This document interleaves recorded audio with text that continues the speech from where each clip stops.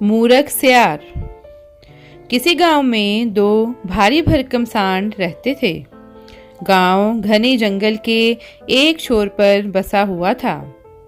एक दिन ना जाने किस बात को लेकर गांव की सीमा के बाहर दोनों सांडों में भयंकर लड़ाई छिड़ गई। सींग से सींग जोड़कर दोनों घंटों आपस में लड़ते रहे। फिर वे अलग हुए और कुछ दूर पीछे हटकर पूरी ताकत से एक दूसरे से आ टकराए। इतना बुरी तरह लड़ रहे थे, दोनों की लहूलुहान हो चुके थे और उनके सिरों से खून टपक रहा था, परंतु उन्होंने लड़ना नहीं छोड़ा। उनके लड़ते समय इतनी भयंकर आवाज़ें व शोर उत्पन्न हो रहा था कि बहुत से जानवर वहां आसपास एकत्रित हो गए थे। एक सियार भी घनी झाड़ियों के पीछे छिपा यह खूनी युद्ध देख रहा था। जब उसने दोनों सांडों का खून जमीन पर टपकता देखा तो उसे चाटने के लिए झाड़ियों से बाहर निकल आया। बिना आगा पीछा विचारे सियार उन दोनों सांडों के बीच जा पहुंचा और लगा खून चाटने। इधर ऐसा लग रहा था कि उन दोनों सांडों में किसी ने हार नहीं मानी है।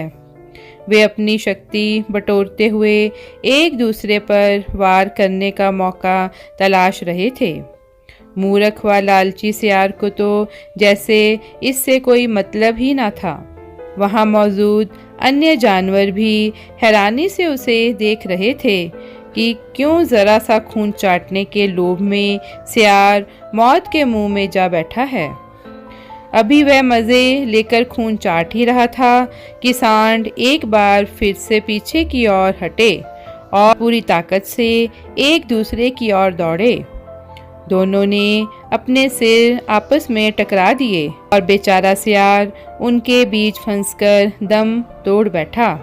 सीख, लालच में पड़कर होश गंवाना ठीक नहीं। लोमड़ी और हाथी।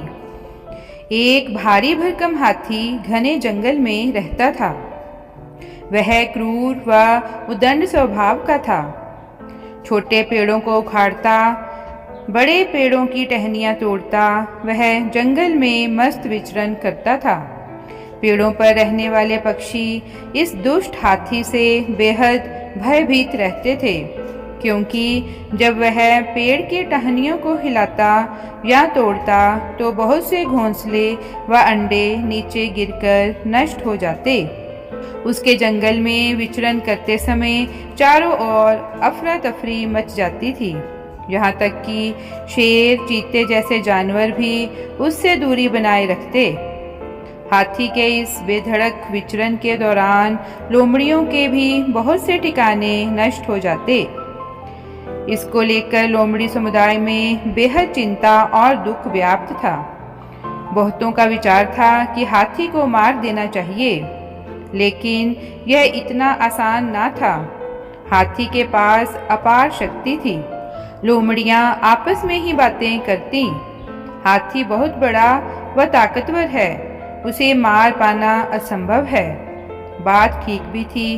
शक्ति में लोमड़ियां हाथी के सामने कुछ भी ना थी। एक दिन सभी लोमड़ियों की एक सभा बुलाई गई और एक बेहद चतुर लोमड़ी को हाथी से छुटकारा दिलाने का काम सौंपा गया। उस लोमड़ी ने अपनी योजना पर अमल करने से पहले हाथी के बर्ताव का निरीक्षण करने का फैसला किया। वह कई दिन तक उस हाथी की गतिविधियां देखती रही। फिर एक दिन लोमड़ी उस हाथी से मिलने गई और बोली, महाशय, मुझे आपसे बेहद ज़रूरी बात करनी है। यह हमारे लिए जीवन मृत्यु का प्रश्न है। हाथी जोर से चिंघाड़ कर बोला, तुम कौन हो और मुझसे क्यों और क्या बात करना चाहती हो? चतुर लोमड़ी बोली, महाशय, मैं समूचे जानवर समुदाय का प्रतिनिधि बनकर यहाँ आई हूँ। हम आपको अपना सर्वोच्च मुखिया बनाना चाहते हैं, अपना राजा बनाना चाहते हैं। कृपया हमारा प्रस्ताव स्वीकार कर लें। हाथी सूंड उठाकर जोर से चिंघाड़ा तथा लोमड़ी से अपनी बात स्पष्ट करने को कहा। तब लोमड़ी बोली, मैं आपको अपने साथ ले जाने आई हूँ। जंगल के ठीक बीच में आपकी ताजपोशी का समारोह आयोजित किया गया है।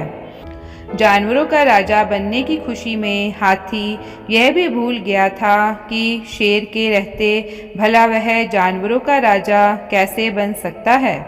यह सुनकर हाथी बहुत खुश हुआ।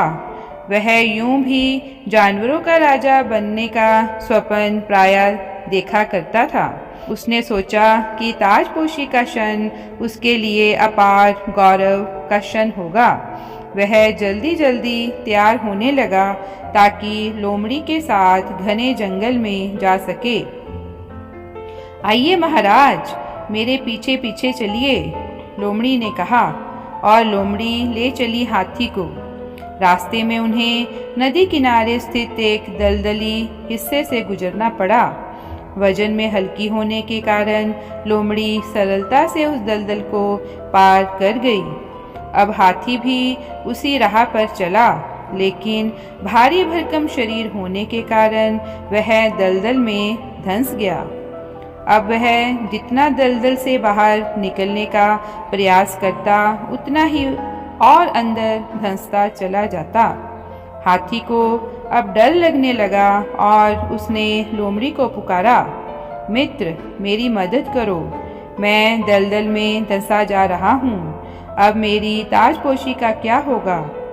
अपने अन्य मित्रों को बुला लो मेरी मदद के लिए। मैं तुम्हें बिल्कुल नहीं बचाऊंगी, लोमड़ी बोली। तुम्हारे साथ ऐसा ही होना चाहिए। तुम्हें पता है तुम कितनी निर्दयता दिखाते हो दूसरे जानवरों के प्रति। बिना सोचे समझे टहनियाँ तोड़ डालते हो, नहीं विचारते कि उन पर रहने वाले पक्षियों का क्या हाल होगा। जानते सब हो, लेकिन दिखाते ऐसा हो जैसे कुछ मालूम ही नहीं। लोमड़ियों के घर अपने पैरों तले रौंद देते हो, हमारे बच्चों को अपने पैरों तले कुचल डालते हो। हम कितना रोते चिल्लाते हैं, दया की भीख मांगते हैं, लेकिन तुम्हारी मोटी चमड़ी पर कोई असर ही नहीं पड़ता। और अब तुम अपने प्राण बचाने की गुहार लगा रहे हो। मुझे अफसोस है कि तुम्हारी ताजपोशी नहीं हो पाई, लेकिन तुम्हारी कब्र जरूर तैयार हो गई है, कहकर लोमड़ी वहां से चली गई। हाथी को अपने किए का पश्चाताप होने लगा, लेकिन अब देर हो चुकी थी। धीरे धीरे हाथी उस दलदल में धंसता चला गया और दम तोड़ बैठा। सीख: इस कहानी से हमें यही शिक्षा मिलती है कि बुरे का अंत सदैव बुरा ही होता है।